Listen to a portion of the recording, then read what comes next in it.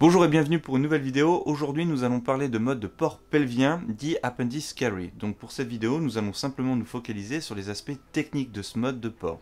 Vous trouverez également à la fin de cette vidéo une courte séquence que j'avais publiée sur ma page Facebook perso concernant les 4 éléments à prendre en compte pour du conceal carry. Avant de rentrer dans les détails techniques, il va falloir garder deux choses à l'esprit. Ce type de port doit pouvoir être effectué avec les deux mains comme avec une main, par exemple si vous employez également une lampe tactique à main. Enfin, la vitesse d'exécution ne jouera pas nécessairement un rôle fondamental pour ce type de dégainé.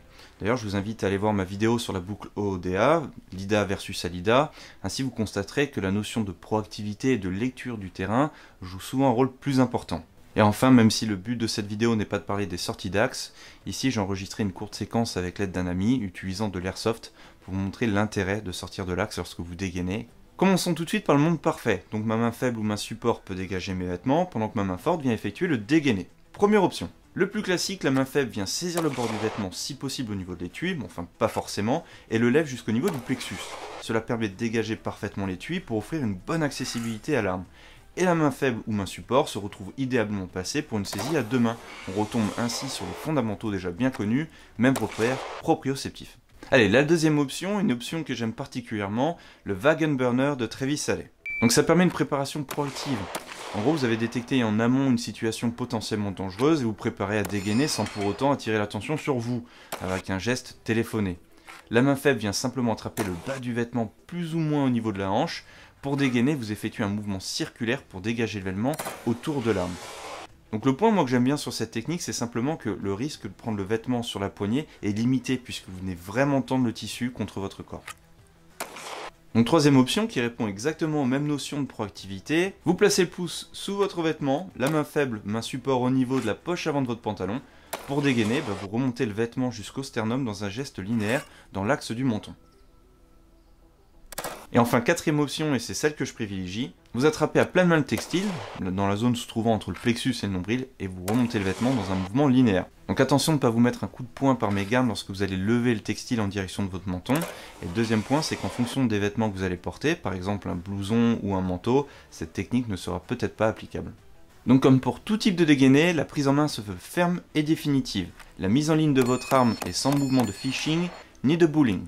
On reste dans une logique d'économie de mouvement, minimum d'énergie, de temps d'effort pour arriver au résultat recherché, l'efficience. Alors un petit rappel également, jusqu'à temps qu'on arrive à sa plateforme de tir, on doit quand même pouvoir être en mesure de faire feu à tout instant. Donc toutes les positions intermédiaires sur la trajectoire de l'arme, à partir du moment où l'arme a pivoté, doivent être considérées comme des positions de tir en mode dégradé. Abordons maintenant le cas particulier de la main faible ou support entravé. Donc la main forte va devoir gérer deux choses, la gestion des vêtements et la gestion du dégainé.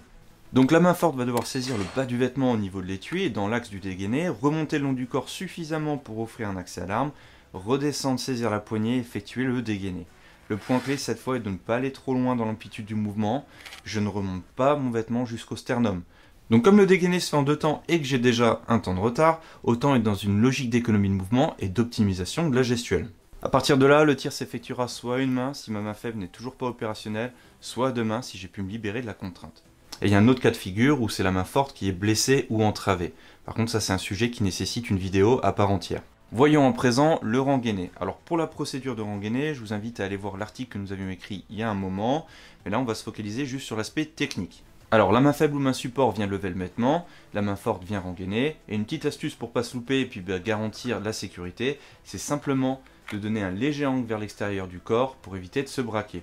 En conclusion, et avant de vous laisser avec la courte séquence dont je vous parlais au début de cette vidéo, sachez qu'il n'y a pas de technique parfaite. Trouvez la vôtre qui correspond à votre morphologie, votre morphotype et surtout à vos besoins, à vos missions.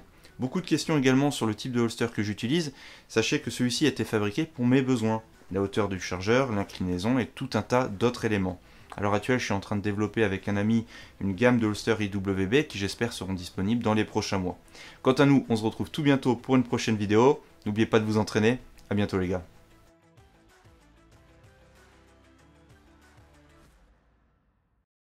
Bienvenue pour cette vidéo format ultra court. Alors aujourd'hui je réponds à une question, que doit-on prendre en compte pour du conceal carry? Première chose, effectivement, c'est la discrétion.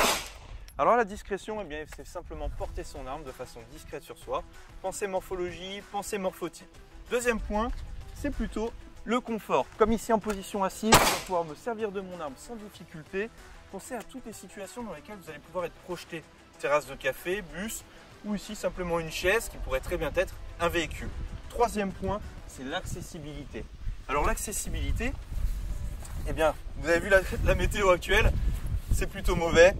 Je viens, j'enfile une veste et naturellement, eh bien, quand il pleut, on ferme la veste. Eh bien, c'est pas pour autant que mon arme ne doit pas être accessible.